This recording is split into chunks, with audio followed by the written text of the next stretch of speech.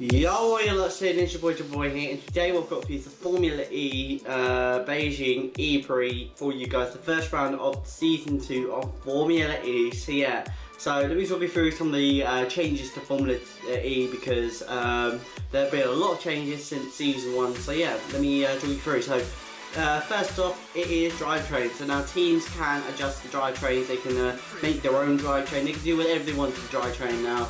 So yeah, they have a bit more access to the engine, so to the power units now. So yeah, that makes the cars a lot more different than they were last year. It was identical.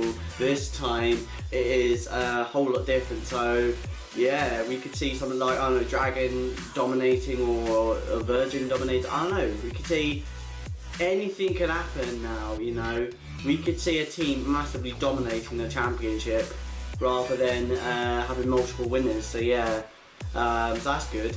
Another thing as well, it is fan boost. Now with fan boost, 6 minutes into the race, drivers who get the most votes will have fan boost. So it's not like a few minutes before the race where they get fan boost, where they're awarded fan boost. No, it's 6 minutes into the race. So if someone's having a bad start, something like that, then the fans can help the driver who they're voting for get the fan boost, so that they can for extra help in the race. Yeah, rather than having it before the race and not knowing what's going to happen. So yeah, so that's quite good.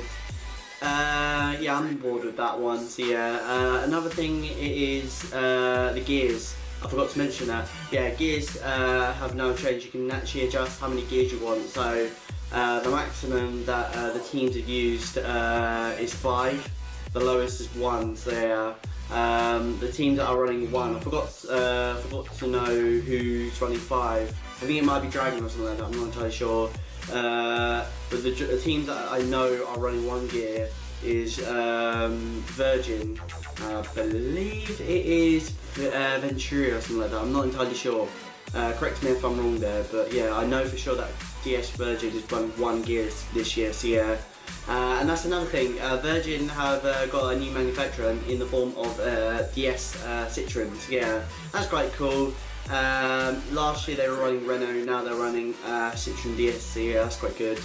So yeah, and one final thing is the drivers. So the drivers have changed now. Biggest change is Jack Villeneuve returning from racing. He hasn't raced in a while, probably not for 2 years, and that was in like a NASCAR nationwide series race. So, yeah. Oh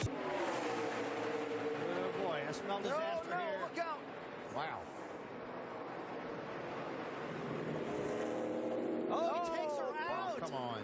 Unbelievable. Into the gravel trap. Unbelievable. That's it. Villeneuve. Michael Annette also down there. There you go. Keep it going. She's Keep going it to get going. out of the gravel trap. So yeah, he's racing for Venturi and replacing, and the driver who he replaces, Nick Heidfeld, who has joined Mahindra. So yeah, alongside Senna. It was going to be Chandok, but Senna, I don't know, for some other reason, got the drive over Chandok. So yeah. And also another thing is Rory Verne from Andretti has now moved to the DS Virgin Racing team. So yeah, that's cool. So yeah, so that's sort of the big sort of changes that is going on this season. So yeah. So without further ado, let's move to qualifying. Oh, I forgot about qualifying as well. Qualifying, it is 5 sessions. 4 with the same old like group sessions kind of thing. 5 drivers in 1 group for 4 sessions. So yep. This time it's 6 minutes rather than 10 minutes. So that's going to be quite exciting. It's going to really put a lot more pressure than it did last year. So yeah, that last season. So yeah. And the final session, which is a 15-minute Super Pole session, where the top 5 from the 4 sessions make it through to Super Pole, where they'll battle out for pole position. So yeah, so that's how the qualifying format will work out. By the way, all the sessions will allow drivers to run 200 kilowatts of power, so full 200 kilowatts of power. So yeah. So yeah, without further ado, let's go into qualifying. So qualifying got underway in usual fashion. The first few drivers, which included Nelson Piquet, went out onto the track, and Nelson Piquet really struggling in that next to China car. So much that he will start from the back of the grid. So unfortunate for him there, really struggling in the next to China car. So yeah. Also another person who was struggling quite surprisingly, to be honest, is Sam Bird.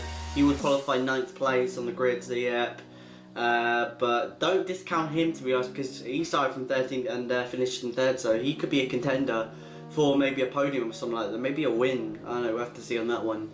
So yeah, but his teammate had better fortunes. He managed to get into Super Pole because he got into the top 5 at the end of the 4 group sessions. Yeah, so he would fight to that for pole position, but on his final run, he locked up on the first corner, and as a result would start 5th on the grid. 4th would be Lucas de Grassi. He had the same thing as well. So yeah.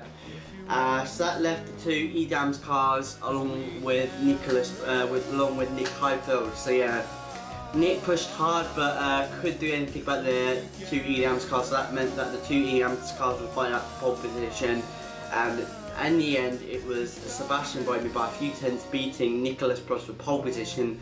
So yeah, so it was Sebastian Buemi grabbing pole position in the first race of season 2, which is absolutely fantastic, and it also a Edams 1-2, so that's really good for the team. You know, that gives them a real confidence boost going into the season, to be honest. So yeah, so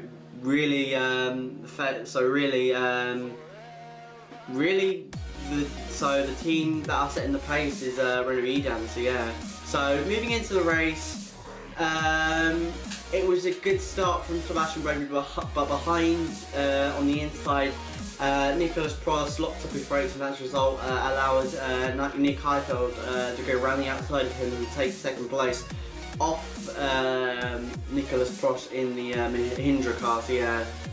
So, and then afterwards we saw a crash. In the first couple of corners everyone was alright, until the first few laps where Simone Di Stefano crashed on the final corner, bringing out the first 4-course yellow. By the way, 4-course yellow has been introduced into Formula E now, so yeah, of course, from Jules Bianchi's accident last year. So yeah, taking those precautions, which is good to see. So yeah, also like this little countdown thing. I was tweeting about yesterday when I was watching the race. The countdown thing was quite good. I really wish they did it in Formula 1, because that would really help the drivers, know when the green's going to come on. So yeah, but they didn't use it for the rest of it. So yeah, that was a bit weird, to be honest. Don't know why, but yeah, it was just weird that they didn't use it further on in other full course yellow periods. So yeah. Also, we saw a mistake from Sam Bird, so much so that he went onto the he locked up his brakes and went into the escape road, and as a result dropped down to 11th place. Unfortunate for him there. But afterwards he would be able to move up the field into 6th place thanks to the fan boost that the fans have given him. So yeah, he would move up into 6th place. And then the pit stops came.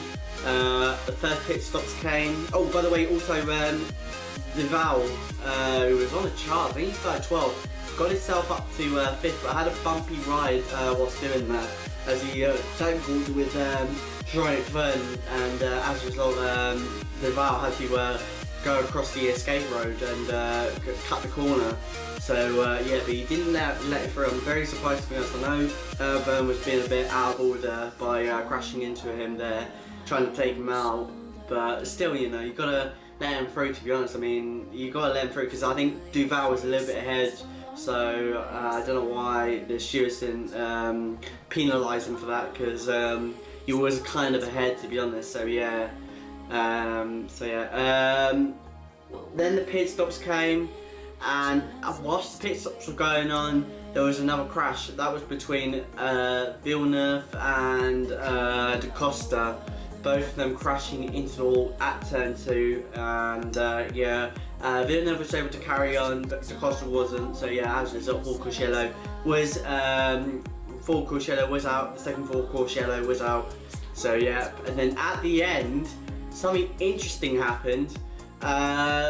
Nick Heidfeld, who was ahead of Nicolas Prost due to pit stops at the time, well, he was ahead in the because of the first corner, was passed. He was passed by Nicolas Prost into the second to last corner, and yeah, that really kind of annoyed Nick Heidfeld a little bit, to be honest. So yeah, and rightly so, to be honest. I mean, he would have wished, he would have wanted Nicolas Prost to be behind Nick Heidfeld, to be behind him when the green came on, to make it fair, but because of that, yeah, you know, he believed it was unfair. So yeah, but at the end of the day, you know, the green came out at the perfect time for Nicolas Prost.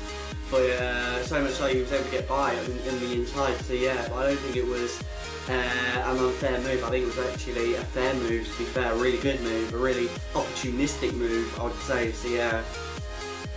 And then afterwards we saw Nicolas Prost having issues. So after passing Nick Heidfeld, had issues. It was his rear wing got detached. A bit of it was detached from the car, and as a result, it was hanging off the car. And I was saying on Twitter, this is so bad. This is a safety issue, and to right, this is a safety issue, because what if that thing comes off? If the thing comes off, that could hit someone straight in the head, and we could have the same thing as Justin Wilson or something like that. So yeah, I was really complaining about that a lot. So yeah, but thankfully they did bring out the black and orange flag for Nicolas Prost. Yeah, but as he was told that, Nicolas Prost just yelled at the team guys saying, "No, I don't want to pit. I don't want to pit." And that is a bit weird, to be honest, because you know, like, there's a thing on your back. Surely you've got to come in, you know, because like I said, what if that thing comes off? What if the thing out of nowhere, whilst you're racing, comes off and hits someone straight in the head? You know, I mean, it could be very, very fatal. Thankfully, there was no one closely behind, so yeah. But I'm just saying, what if there was actually someone behind and it did fly off? That could be the serious issue. Or what if it could go on the track and maybe someone could hit it and maybe, I don't know, we have a serious accident or something like that, you know, just putting it out there. So yeah, yeah, very, very weird to hear Nicolas Prost yelling no to his team guys, saying, "No, I don't want to pit." So yeah, that's quite weird, to be honest. Yeah, but he finally did pit, and then afterwards he did retire from the race. So yeah, unfortunate, but you know, I mean, you've got to take safety first. You know, safety's got to come first in racing, to be honest. You know, otherwise, you know, people are going to get killed, and we don't want that, especially after the two tragic deaths of Justin Wilson and George Bianchi. So yeah, all both with head injuries. So yeah.